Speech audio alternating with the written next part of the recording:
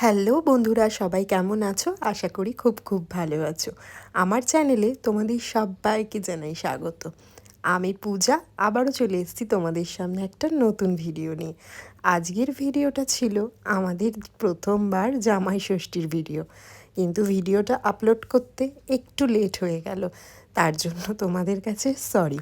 ঘড়িতে এখন প্রায় 9টা বেজে গেছে, আর সকাল সকাল স্নান করে শাশুড়ি মায়ের কাছে ফোঁটা নিয়ে চলে গেছিলাম আমার বাবার বাড়িতে। আর আমার যেহেতু একই জায়গায় বিয়ে হয়েছে, মানে কাটোয়াতেই বিয়ে হয়েছে, সেহেতু আমি আগে যাইনি, জামাই ষষ্ঠীর দিন সকালেই গিয়েছিলাম। আর বাড়ি যাওয়ার সময় ওই বাড়ির জন্য একটু মিষ্টি নিয়ে নিয়েছিলাম। ও মিষ্টির অর্ডার আগে থেকেই দিয়ে রেখেছিল, আমরা শুধু নিয়ে নিয়েছিলাম। আর ফলমূল যে সব তত্ত্বগুলো থাকে সেগুলোও আগেই আমার বাড়িতে পাঠিয়ে দিয়েছিল।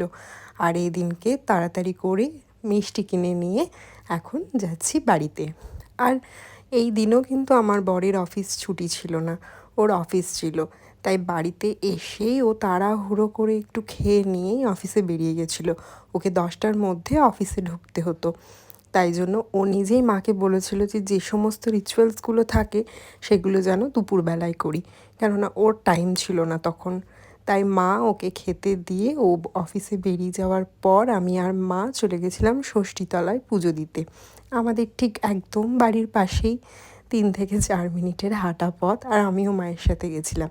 তোমরা যারা কাটোয়াতে থাকো তারা সবাই চেনো আশা করি আমাদের পাকুড়তলার মাকে, তাই মাকে আমিও একটু দর্শন করে প্রণাম করে নিলাম। আর হ্যাঁ, একটা কথা, আমি কিন্তু ব্লগ ভিডিও করতে একদমই এক্সপার্ট নই, তাও একটু একটু চেষ্টা করছি মুহূর্তগুলোকে ক্যামেরা বন্দি রাখার। কেমন লাগছে সেটা কিন্তু তোমরা অবশ্যই কমেন্টে জানিও। তারপর পুজো দিয়ে বাড়ি ফিরে একটু জলখাবার খেয়ে চেঞ্জ করে আমি ভাইয়ের সাথে বেরিয়ে পড়েছিলাম একটু কেনাকাটি করতে।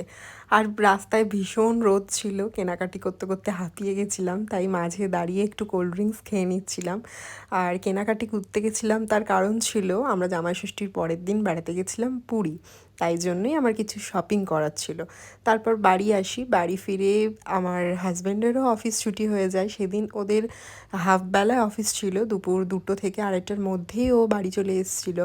আর আসার পরে যে সমস্ত রিচুয়ালসগুলো থাকে, ষাটের জল দেওয়া বা ষষ্ঠীর যে ফোঁটা দেওয়া, সুতো বাঁধা, মা সেই রিচুয়ালসগুলোই করছিল ওকে আর আমাকে।